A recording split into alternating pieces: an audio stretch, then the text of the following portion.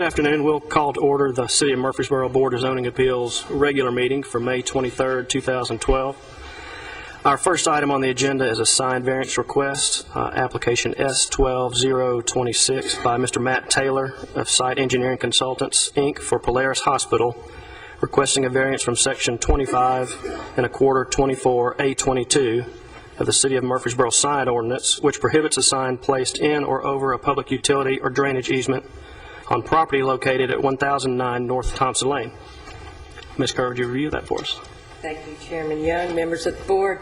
Applicant, Mr. Matt Taylor, representing Polaris Hospital Company, is requesting a variance from Section 25.25/24A22 of the City of Murfreesboro sign ordinance, which prohibits a foundation or signs placed in or over a public utility or drainage easement without the consent of the holder of the easement and Board of Zoning Appeals approval.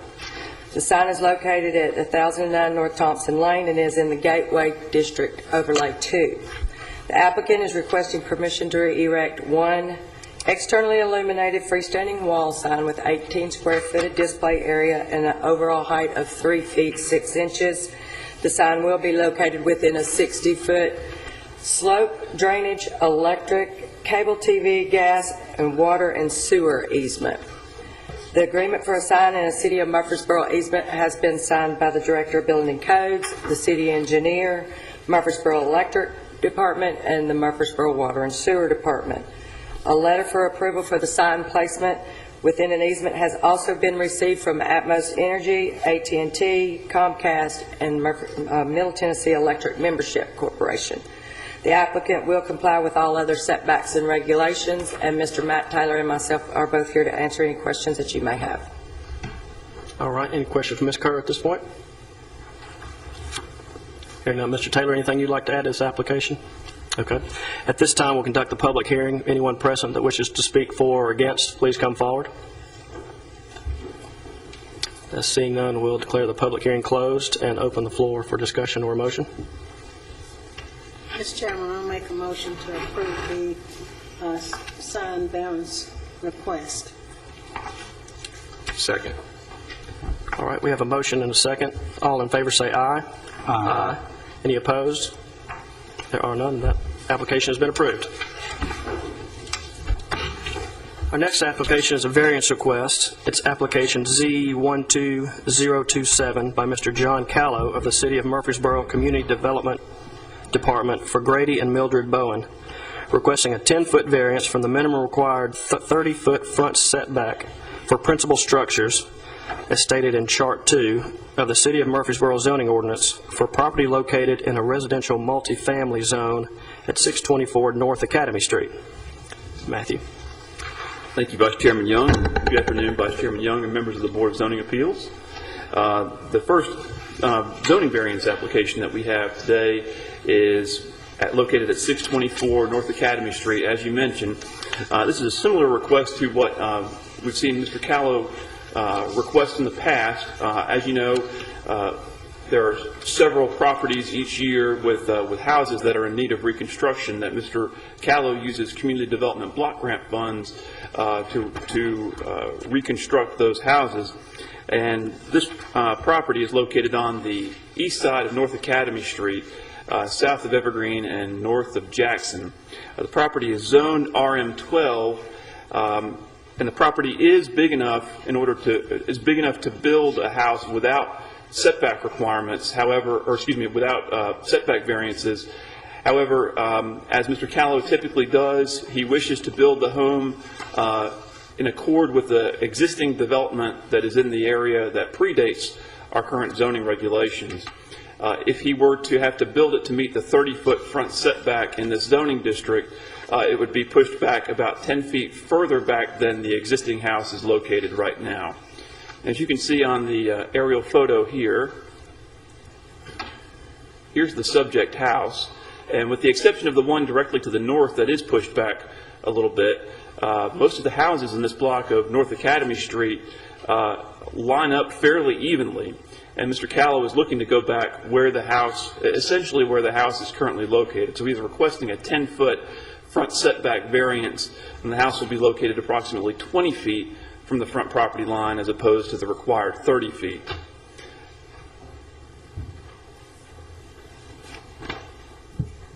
You have in your packets plot plan that was prepared by the surveyor. And you'll see here the proposed house will have a porch that is just a little bit over 9 feet in depth, and that porch is really what protrudes out into the front setback. But it will be, as I mentioned, approximately 20 feet from that front lot line, and there will be a 20-foot wide driveway along the south side of the house, which will allow the subject property to meet the minimum parking requirements for a single-family home, which is 4 vehicles. And he will, as you can see on the site plan, be able to meet all other setback requirements, both side setback requirements and the rear setback requirement as well. Mr. Callow is going to use the same house plan and elevation that he has used in several other instances around town. This is one of the most recent ones that community development has constructed. This one was done on Kerr Avenue, south of East Main Street. You can see she tries to use a style of house that fits into the older areas of town.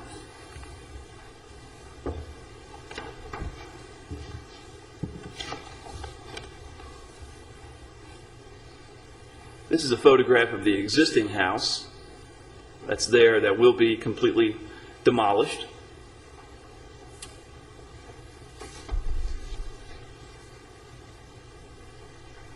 This is looking down to the south. This is the property, the structure just to the south of the subject property.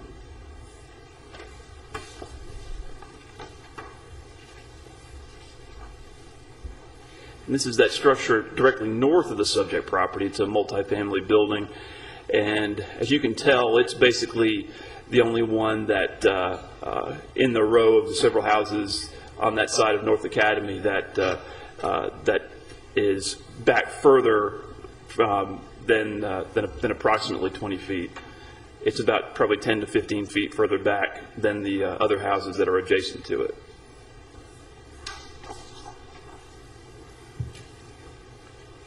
As we've noted in many other instances, we believe this is a good candidate for a front setback variance, although a single-family home could be built on this lot without any variances.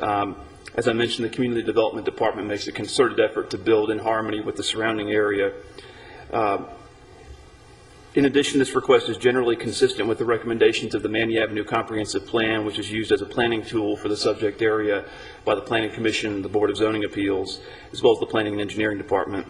The plan identifies the subject property as being in the Oaklands Mansion Residential District. With regards to the Oaklands Mansion Residential District, the plan recommends as a key design standard reduced front setbacks to better relate homes to the street. It recommends a minimum front setback of 15 feet and a maximum front setback of 25 feet.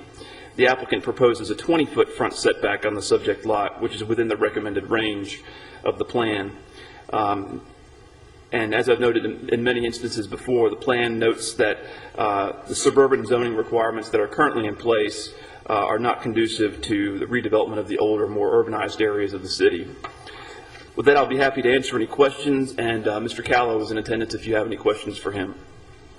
Any questions for Matthew at this point? Hearing none. Mr. Callow, anything you'd like to add to this application? Does a great job. He does. He does. Okay, at this time, we'll hold the public hearing. Is anyone present wishing to speak for or against the application? Would you come forward? Seeing none, we'll declare the public hearing closed and open the floor for discussion or a motion. Mr. Chairman, if there's no further discussion, I move for approval of the variance request subject to staff comments. I'll second. All right, we have a motion and a second. All in favor say aye. Aye. Any opposed? There are none. That application has been approved. Thank you.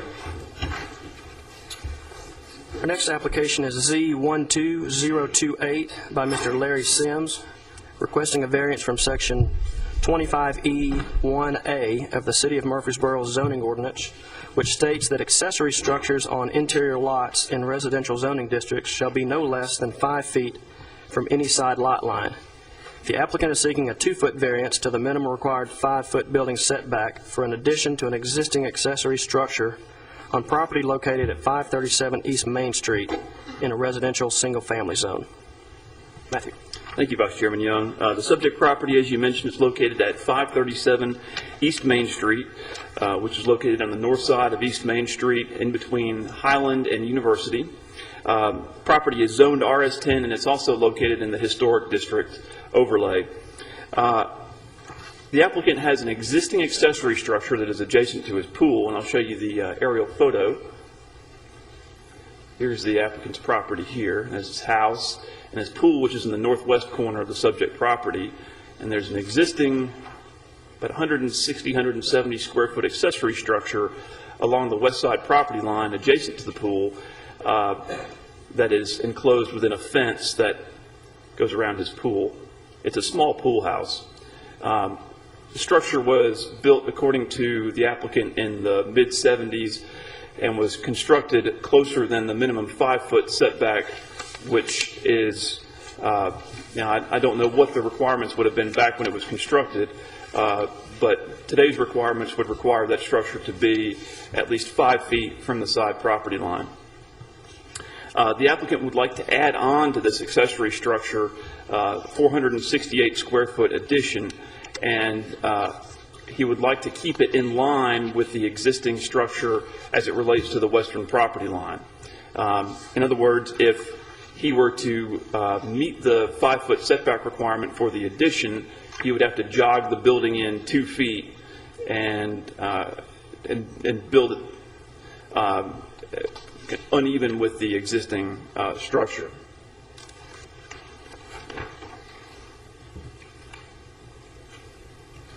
You have a large copy of the site plan in front of you.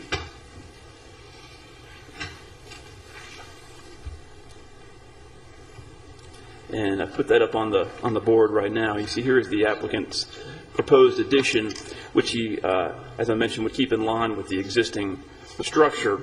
The structure is only 3.1 feet from the side property line, and so he wants to be able to continue that for the entire length of the 26 by 18 addition.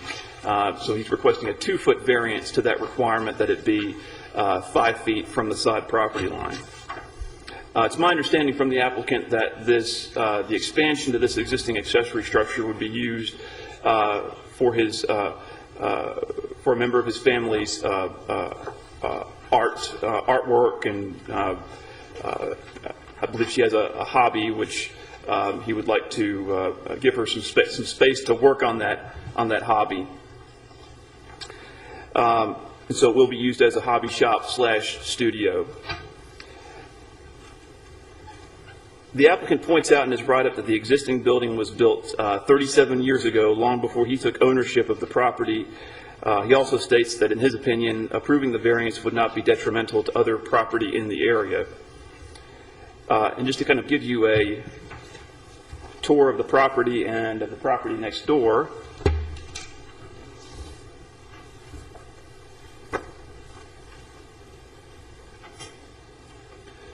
this is the front of the applicant's property, the front of his house.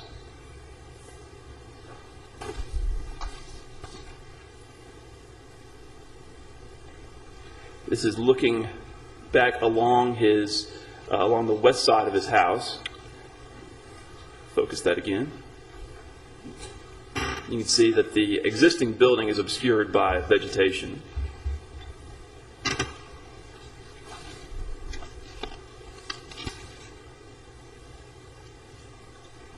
But as you get closer to the building, you see there's a clearing, and there's a wood privacy fence, and you can see the roof of the building in question, which he would like to expand southward. Again, a 26 by 18 addition. Was that picture from the neighbor's yard? No, that was actually from. That was taken from right where the addition will be constructed. So this is looking north towards the south side of that existing building. The building will be where you were standing when you took the photograph. Correct. This is actually right along the property line. This is, so this is the wall of the structure along the western property line, and it is only 3 feet off of that west side property line. So it appears that the fence was not actually constructed on the property line, and that Mr. Sims' property line is somewhere along here.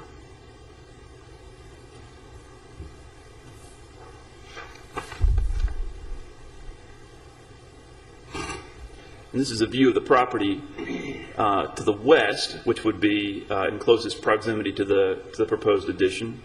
It's a single-family home, and the driveway comes in on the side that's adjacent to the proposed addition.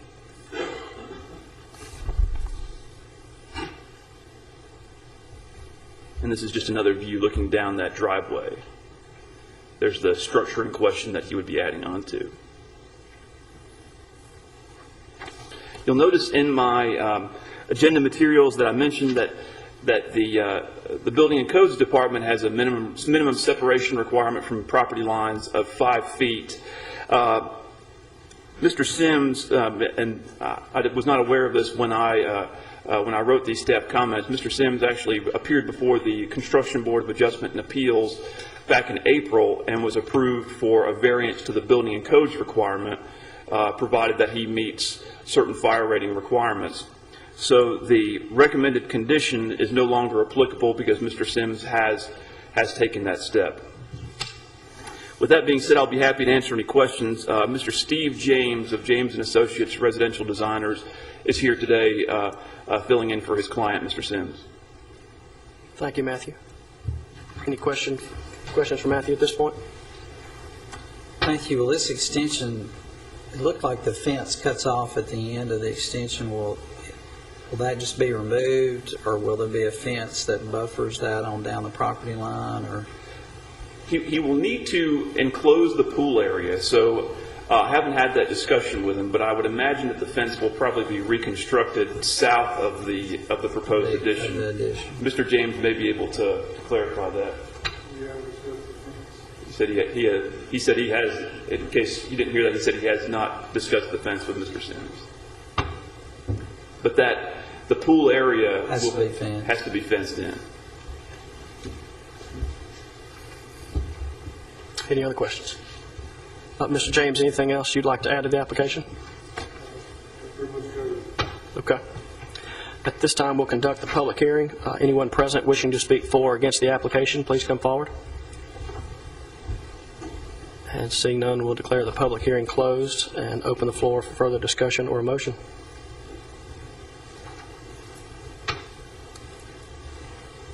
Vice Chairman Young, if there's no other discussion, I make a motion we approve, subject to all staff comments. I'll second. All right, we have a motion and a second. All those in favor say aye. Aye. Any opposed? There are none. The application has been approved.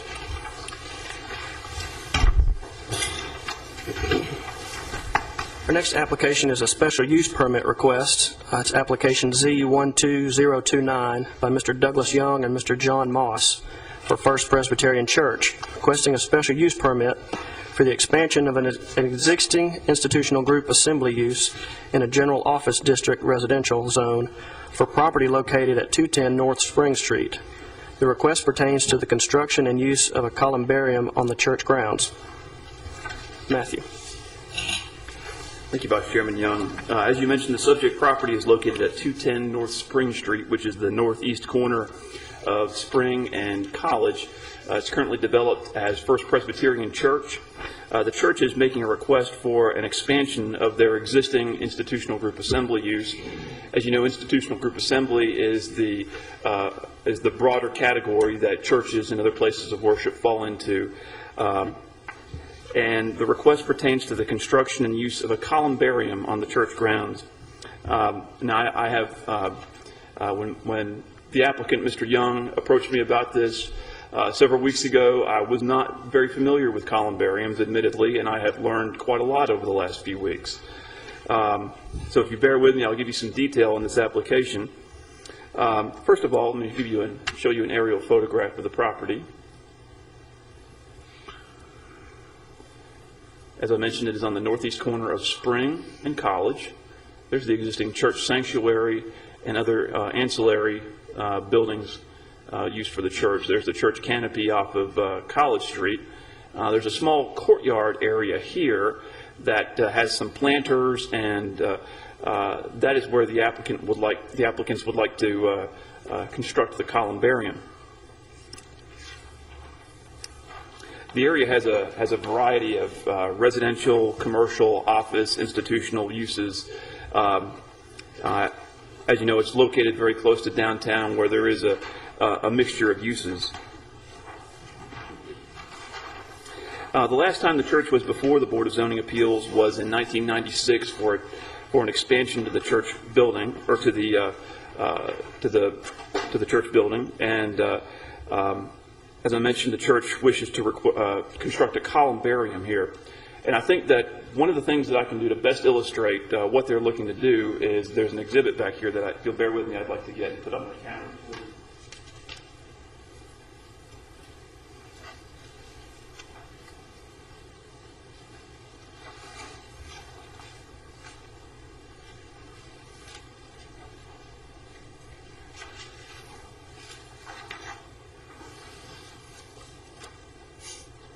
Now, that was very carefully constructed, so I purposely left it on the side of the council chambers so that it would not get stepped on or otherwise damaged, because it's my understanding that the gentleman who put that together spent a lot of painstaking effort on that.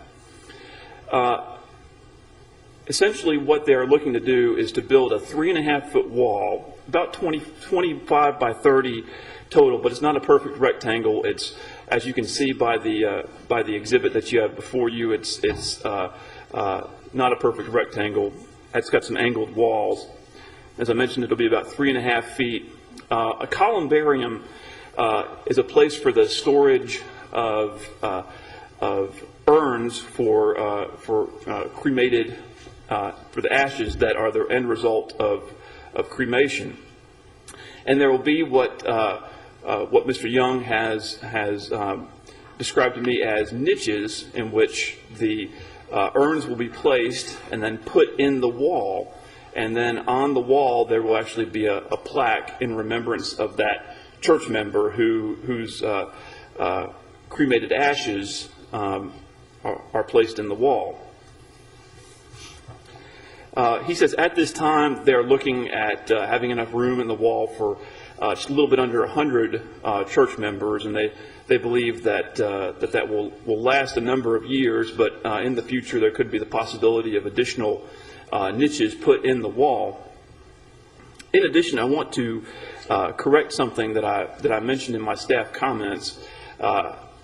The grass area in the center where the cross will be will also be another area for the placement of the ashes, and their plan for that center area would be for there to be biodegradable urns that would be buried in the ground, and then there would still be a plaque on the inside of the wall for the person who is buried, or for the ashes that are buried in that grassy area.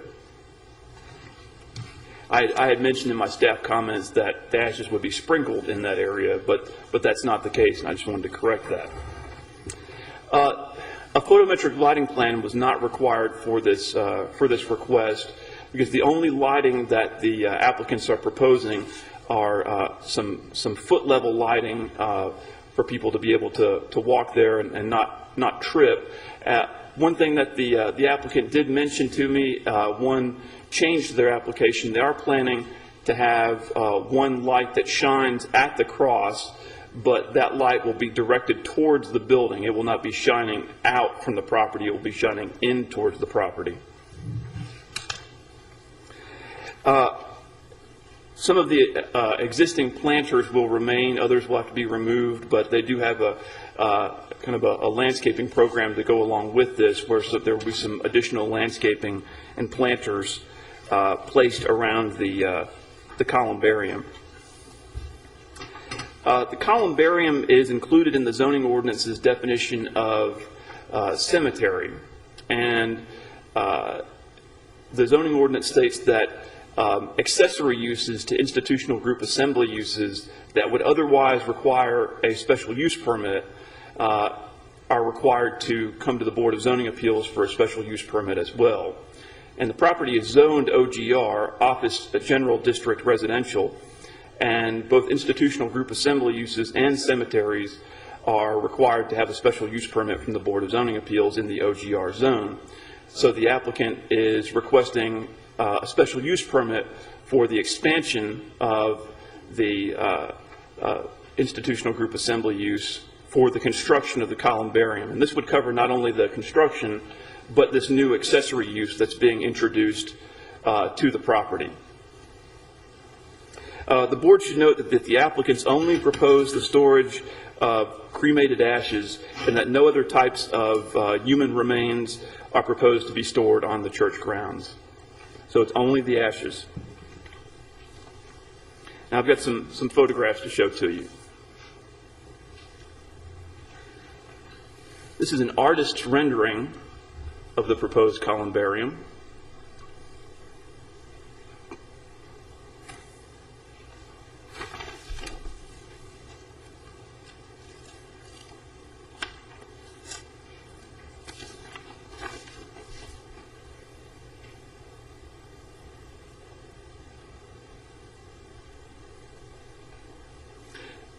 This is a photograph of an existing columbarium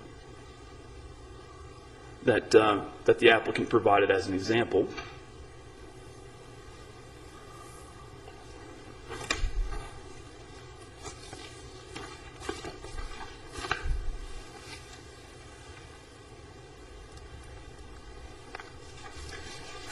Here is a plan for the proposed columbarium. As I mentioned, and you can see the walls there in front of you. They do have some new landscaping proposed, as well as the green area in the middle with the cross and some benches as well for people who would like to sit there and reflect.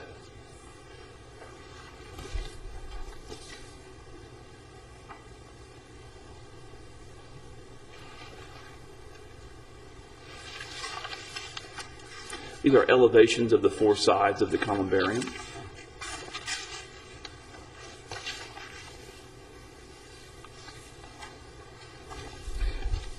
Now some photographs of the church property. This is the sanctuary building, which is located directly at the corner of Spring and College.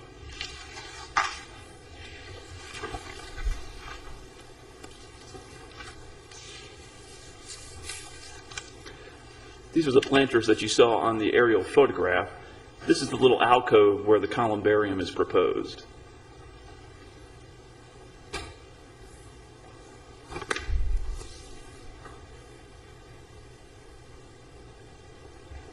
As you can see here on this photograph, they actually have the boundaries of the proposed columbarium marked with the blue tape. And in the center would be where the cross is proposed to be located.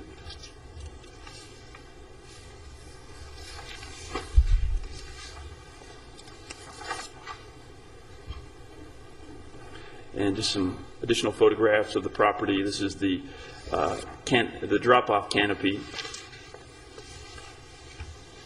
for the church.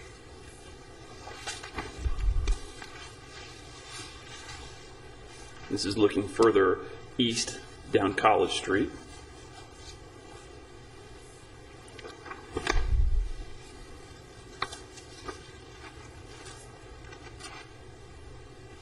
And the next few photographs are along the south side of College.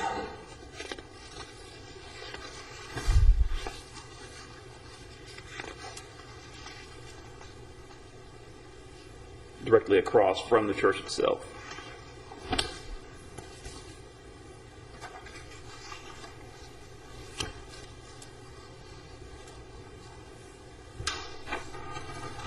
And with that being said, I'll be happy to answer any questions.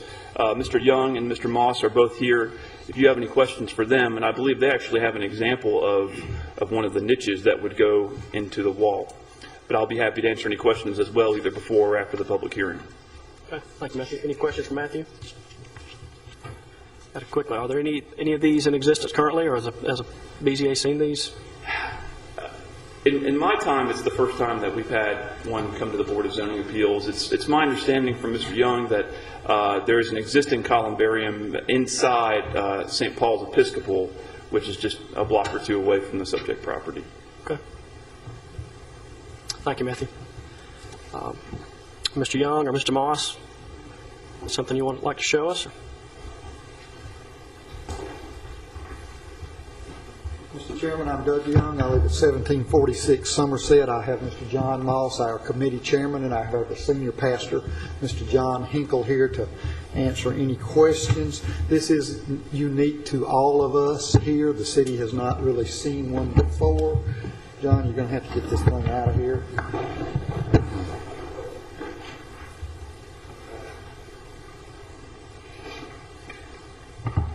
Two-handed operation. Perfect alignment. This will actually be installed in the wall in groups of 32, and this is the urn that the ashes will be placed in, put back in there, covered, name engraved.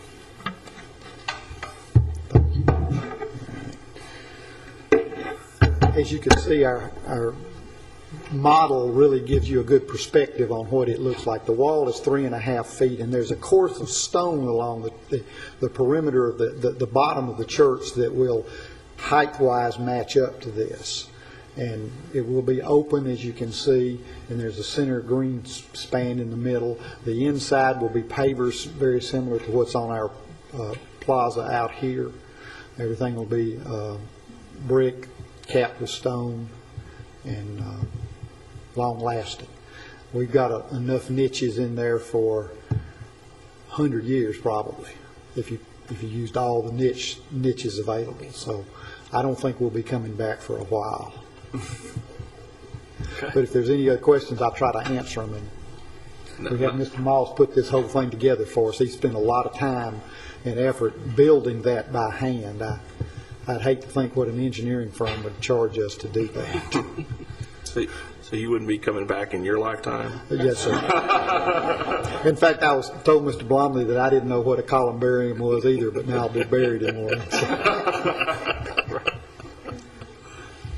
But any other questions for the applicants? I think that's the first 3D since I've been on the board. So it's very nice. Kudos to you. It's good work. It does help you see the perspective of it. It's a lot different than just a flat picture. thank you, gentlemen. Thank you. And lady.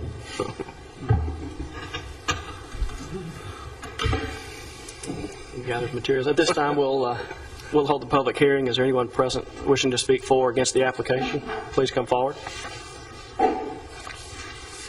Seeing none, we'll close the public hearing and open the floor for discussion or a motion. Chairman, I don't know if there's any further discussion. If not, I'd move for approval of the application, the special use permit, subject to staff comments, if there were any. Second. All right, we have a motion and a second. Any further discussion on that? If not, all in favor say aye. Aye. Any opposed? There are none. That application has been approved. Thank you, guys. Our next application is Z12030 by Mr. Jeff Breeden for the Riverdale High School Softball Booster Club, requesting a special use permit in order to operate a temporary outdoor vending establishment in a light industrial zone for property located at 2030 South Church Street.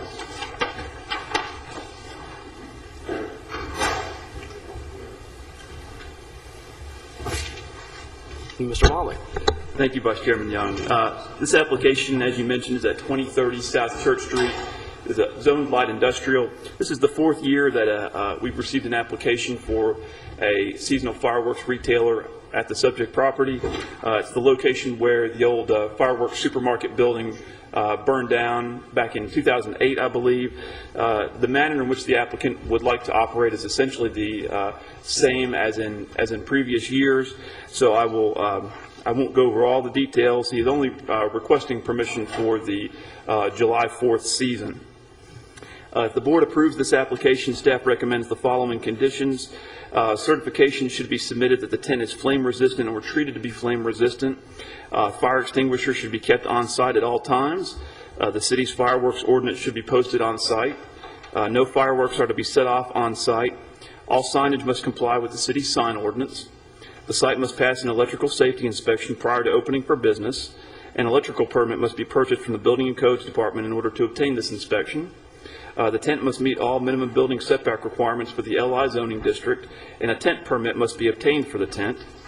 And number 8, a temporary barrier must be installed during the selling season along the edge of the area that has been seeded and strawed so that there is no vehicular travel or parking on this area.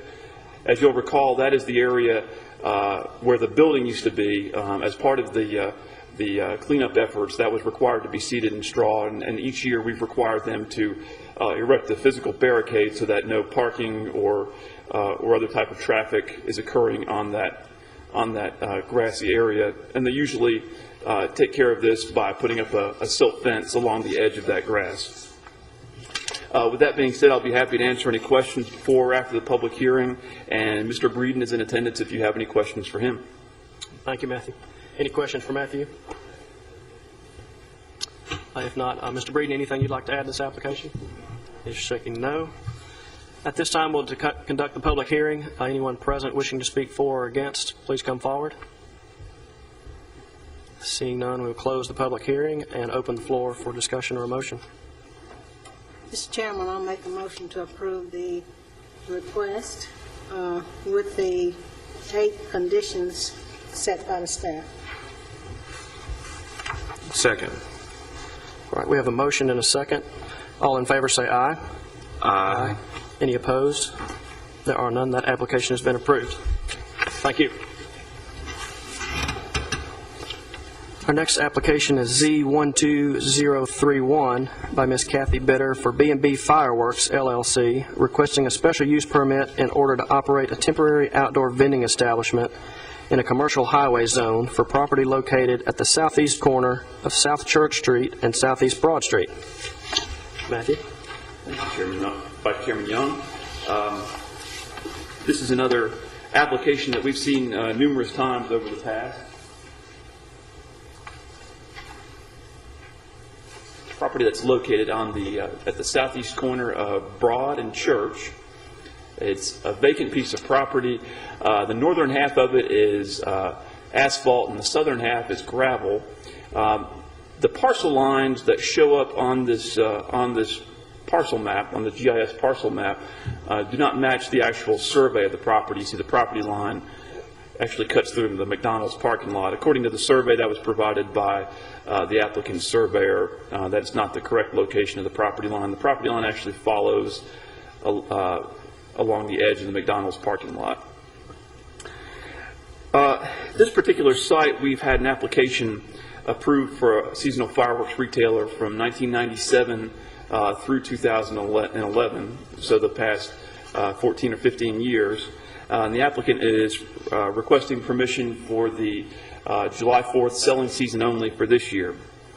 I'd like to kind of go into a little bit more detail on this one. You'll notice that before you on the large piece of paper there is a site plan. After we examined the site more thoroughly, for several reasons we required the applicant to hire a professional to design a site plan. The first reason was that there are a lot of utilities on this property. There's overhead electric, there is drainage infrastructure, and with all of these easements and all these utility easements and all the utility lines themselves, we wanted to be doubly sure that the tent and the tent stakes did not conflict with those easements. And second of all, because this is such a busy intersection, as the tent was pushed further to the south, closer to the KFC, as the property gets narrower, it kind of created a little area where there was where the traffic flow was kind of tight, and there were several entrances and exits, and we wanted to make sure that we kept the traffic flow manageable, and that we did not have any traffic safety issues spilling out into the public right-of-way. So the applicant hired Huddleston Steel Engineering to draft a site plan, and you see that site plan before you. Huddleston Steel located all of the utilities and the utility easements, and the tent, as you can see, is located on the site plan so that it meets all of the setback requirements. It is located outside of all utility and drainage easements. And also, after we got to looking at it closer, one of the things that we felt was important in order to promote the safe flow of traffic through the site was to not only close the northernmost access point onto South Church Street, as we had done in the past, but also to close the middle access point. The subject property actually has 3 access points onto South Church Street. There's the paved shared driveway with the KFC, which of course is now closed, and that leads back to the McDonald's property. That is actually on this property, so that's the southernmost access point. And then just a short distance away, there is another drive into the gravel area off of South Church Street. Those 2 entrances were so close together, and the tent had been moved so far to the south in order to escape all of those conflicts with the utilities, that the more that we looked at it, the more that we thought it was prudent to require that the middle access drive onto South Church Street also be closed as well. And the manner in which they would close those is they would put as the site plan calls it out, the channelization drums, which one might more commonly refer to as the orange traffic barrels, and put those on those 2 driveways in order to keep vehicular traffic from using those areas. And that we feel that would help promote better traffic management in the site, and it would still allow them to have one ingress and egress point off of South Church Street, as well as one ingress and egress point off of Southeast Broad Street. The applicants have agreed to that recommendation, and the site plan was revised accordingly to what you have before you, so that both the northernmost and the middle access point onto South Church Street will be barricaded, so that the southernmost shared driveway that goes back to McDonald's and accesses the subject property will be the only access onto South Church Street. If the board approves this application, staff recommends the following condition. And I won't go over the first 7 recommended conditions because those are basically the same as the last ones. But I'll start with number 8. A licensed surveyor must assist the tent company in the placement of the tent. The licensed surveyor must provide written verification that the tent has been placed as shown on the site plan and that there is no encroachment of any part of the tent into any utility or drainage easements. All grass and weeds growing up through the existing gravel must be removed and/or killed, as no grass surfaces are allowed for the placement of the tent and for vehicular travel and parking. In addition, the applicant may need to add gravel and/or smooth out the existing gravel surface, subject to the approval of the planning staff. 10, the sodded area should be barricaded as shown on the site plan in order to prohibit vehicular traffic over it. This is another instance where there was previously a building on the subject property and it was required to be sodded in order, as part of the cleanup efforts after the building was demolished, and that area will have to be barricaded, and that's a condition that we put on the request over the past few years as well. And as I mentioned earlier, the 2 northernmost ramps onto South Church Street must be barricaded as shown on the site plan during the selling season. The only access from South Church Street will be the southernmost access drive, which is the driveway that is shared with McDonald's. One other thing that I will mention before the public hearing is that there is an area on the site where a drainage pipe was damaged.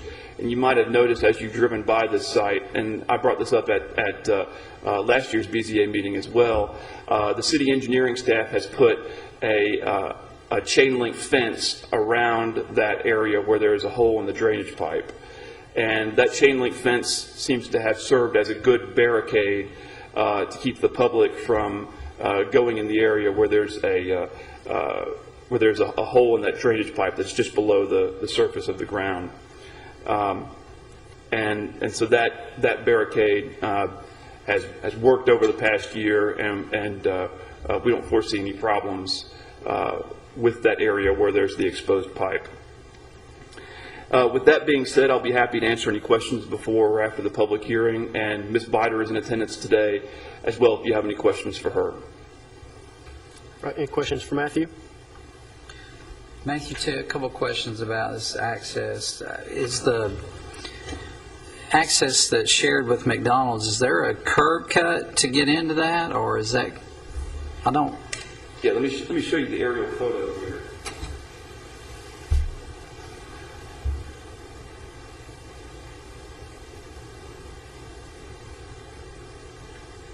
Here's the shared driveway that leads back to McDonald's. It's essentially wide open right here to get into the gravel parking lot. And the middle access point onto South Church Street is just right here. So if we left this one open, and this open here with the tent here, it kind of creates an area where traffic might not know what to do, especially if people begin parking around the tent.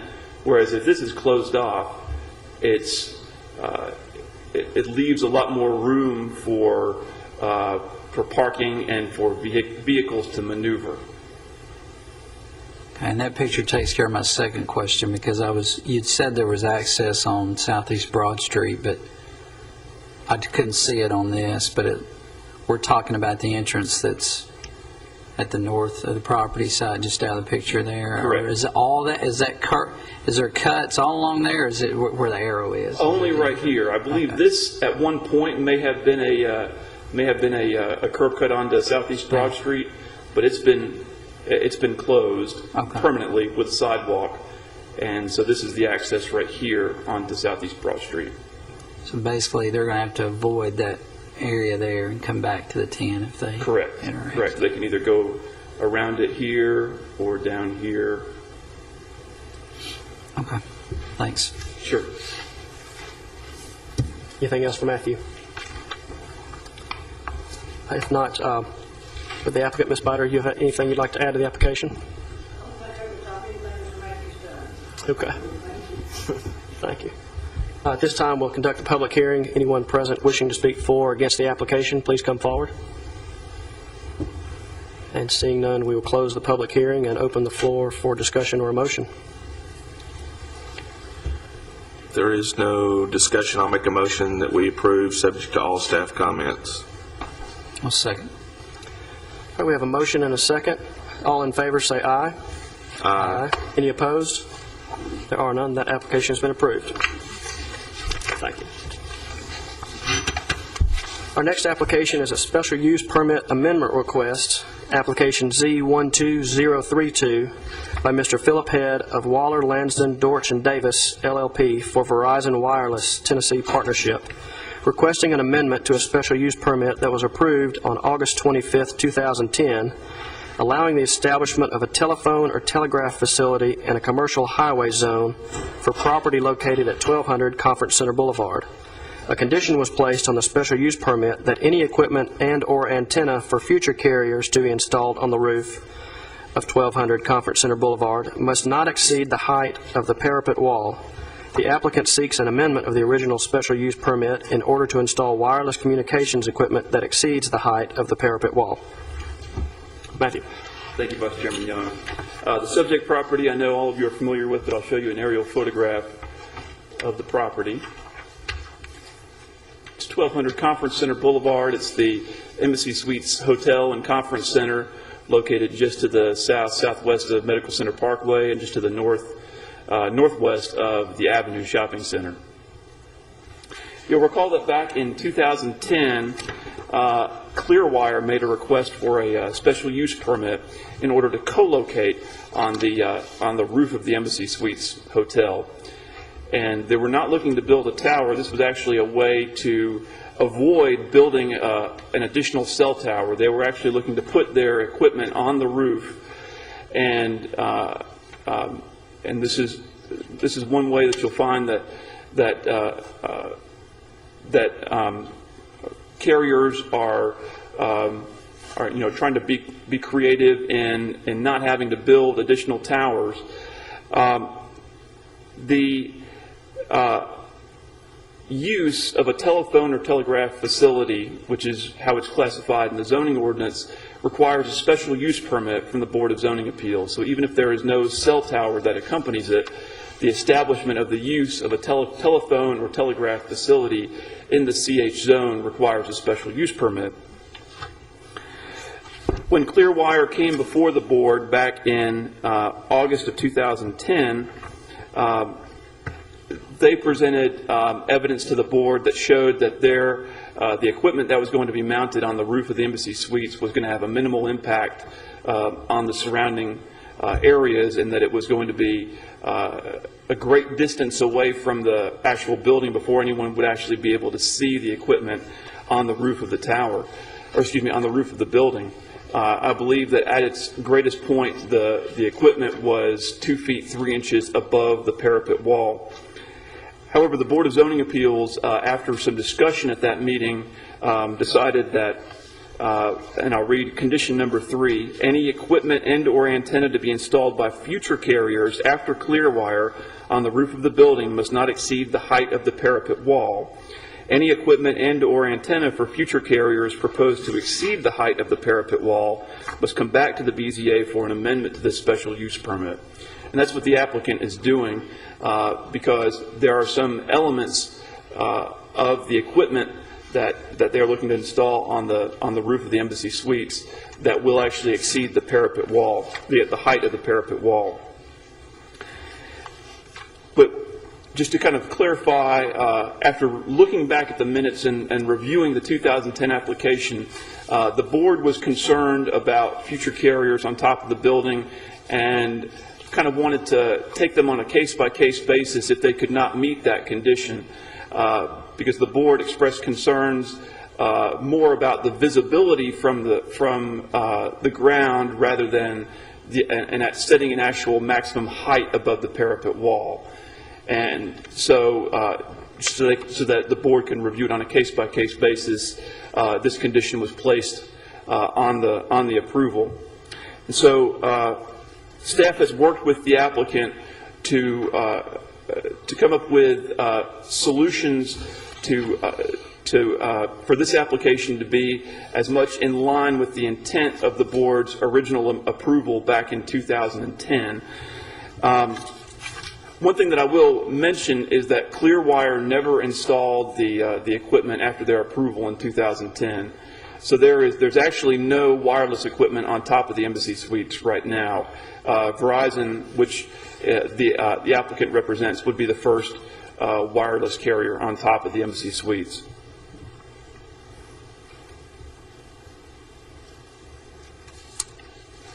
And they've done a good job of putting together some exhibits.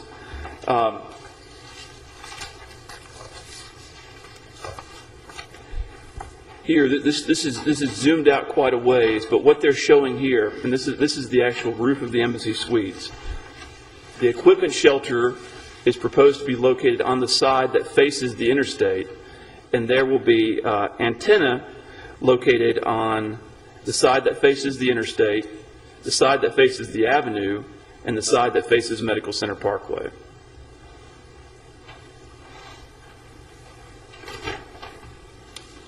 And this is a zoomed-in version.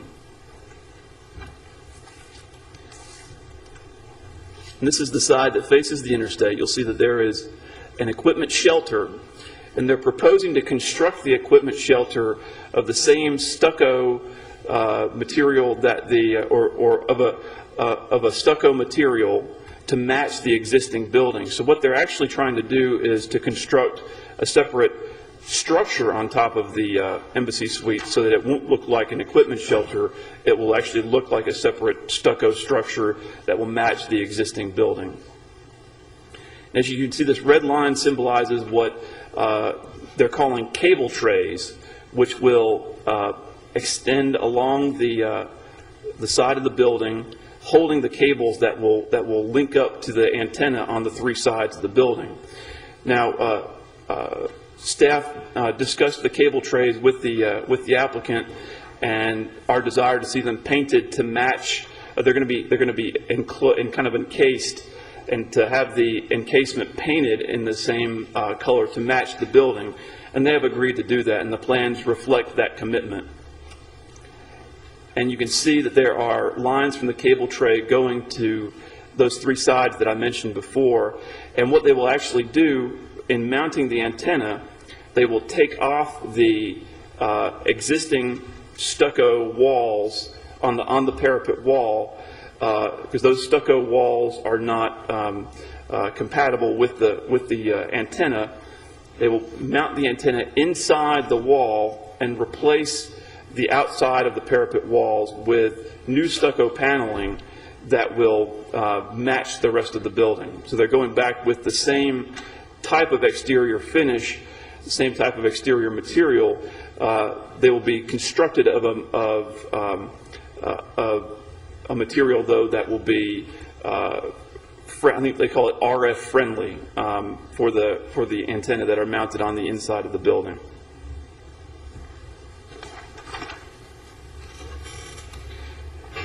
And they've submitted some pictures of the outside of the building.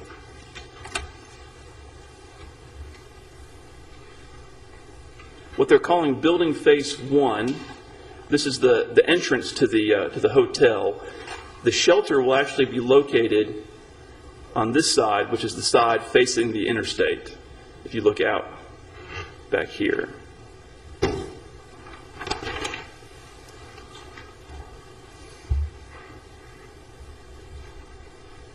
Building Face 3, which faces the avenue, once again the shelter will be back here, and it will be towards the center of the actual roof, or to the center of that back side of the Embassy Suites, so that it's not directly adjacent to either the side that where the front canopy is, or the side that faces the avenue.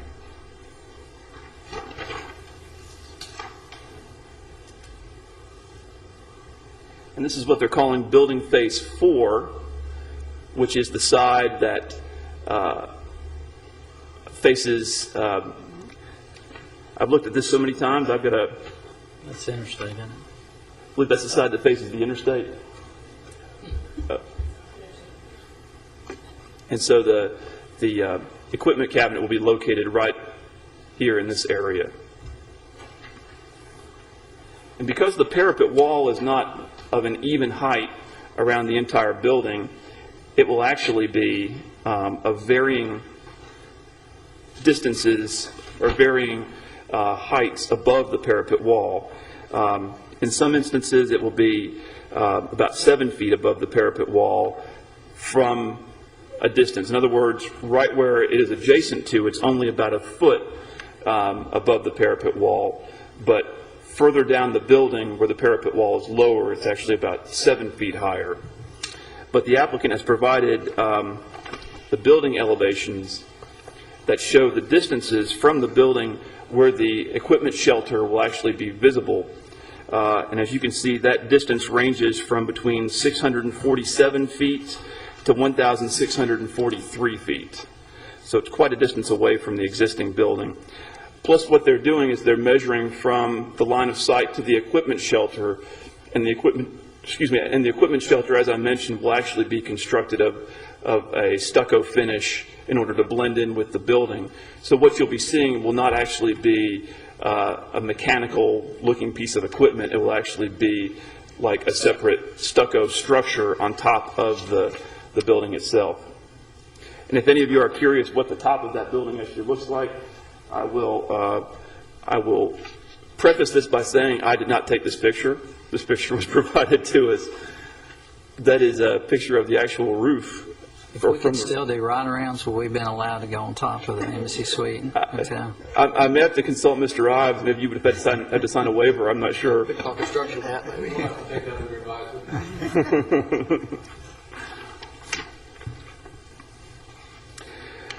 But with that being said, the applicant is looking to amend that original special use permit with the plans that they have submitted and with the measures that they've taken to try to be as inconspicuous on the top of the building as possible. I will mention that none of the proposed equipment or shelters will exceed the height of the height variance that was approved back in 2006. It will still be much lower than the very top of the Embassy Suites and the penthouse. With that being said, I'll be happy to answer any questions. Mr. Head could not be here today, so his associate, Ms. Anne-Marie Kempf, is in attendance at the meeting to answer any questions, as is Richard Williams, also representing the application. Thank you, Matthew. Any questions at this point for Matthew? Matthew, I have one.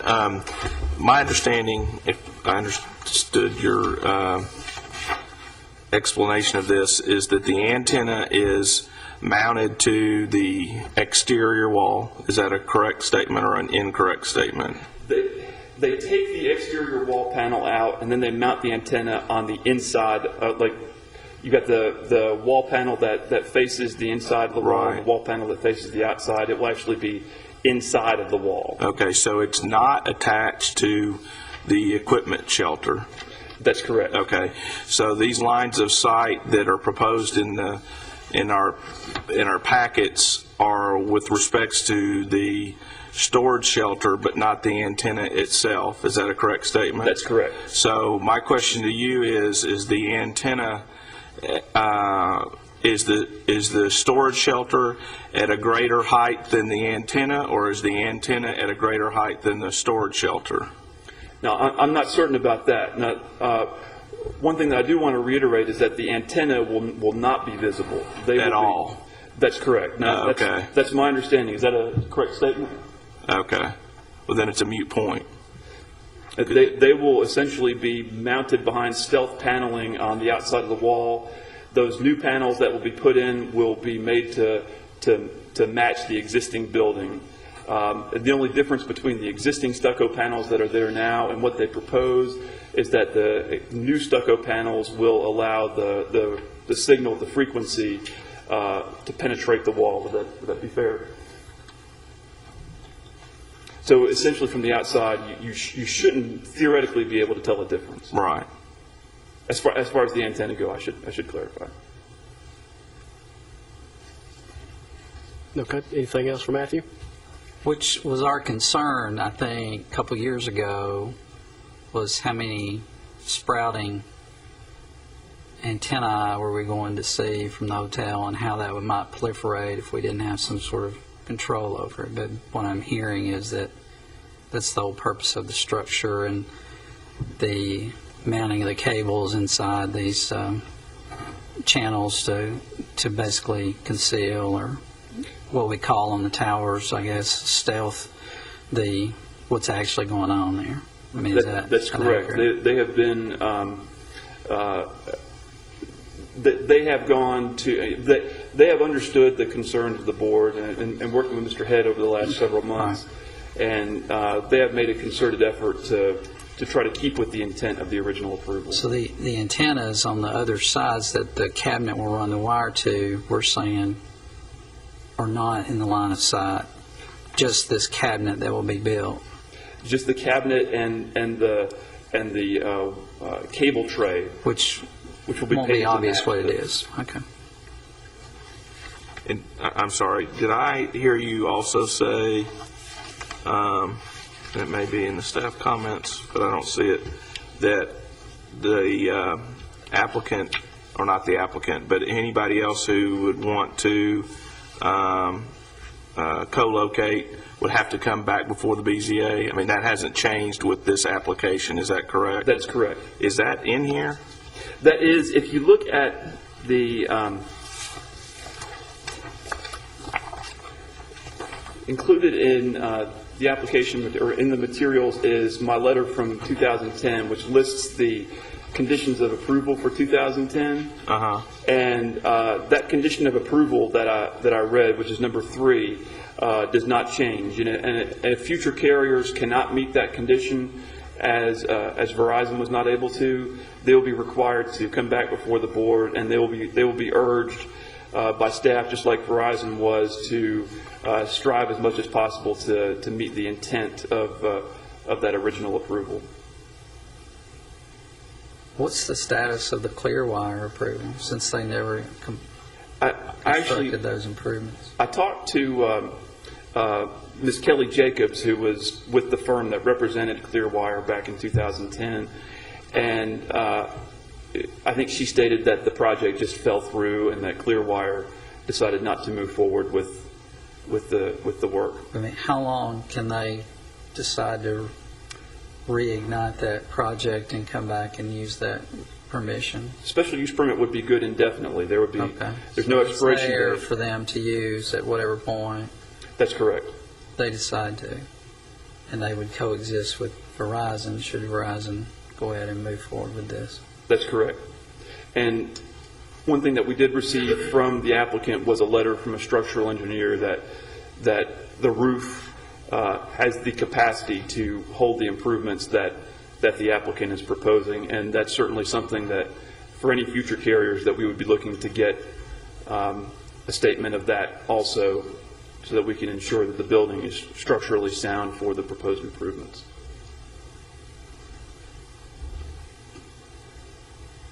All right, any further questions? Thank you, Matthew. If not, anything you'd like to add, Ms. Kemp, for Mr. Williams to that application?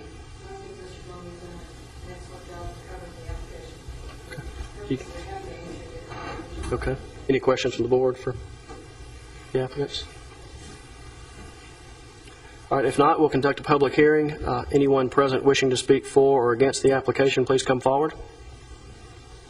Seeing none, we'll declare the public hearing closed and open the floor for further discussion or motion. I'll say one thing about Verizon service. I have that service for years, and I mean, it's great.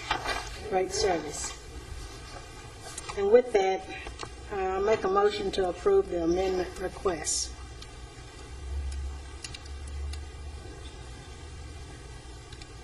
Comments? Staff comments? Which staff comments, of course. I've got no recommended conditions on I these. don't think you had any. I'll second it. All right, we have a motion and a second. Any further discussion on that? I just want to say, I remember we talked about this. I don't remember how it came up, but we spent a bunch of time on this. I remember a couple of years ago on the visibility and the sight lines and all that.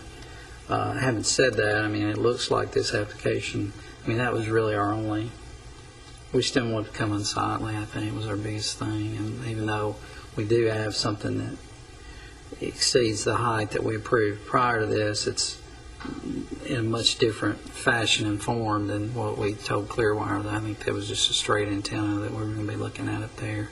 So I do think there's a difference. Even though it's higher, it's a different form of structure, and they've gone, it seems to me, to a great length to try to, accommodate or try to make the aesthetics of it as pleasing as you can. So I just felt like that was important to talk about, because I think we put Clearwire through it that day, but I mean, I think this accomplishes the goal in a different way than we were addressing back then. Thanks. All right, we have a motion and a second. Any further discussion? If not, all in favor say aye. Aye. Any opposed? There are none. That application has been approved. Thank you, guys. Our next item, staff reports and other business. I have none today, Vice Chairman Young. All right. I have none. The last item is adjournment. So we stand adjourned. Get the back gavel. All right. Good job.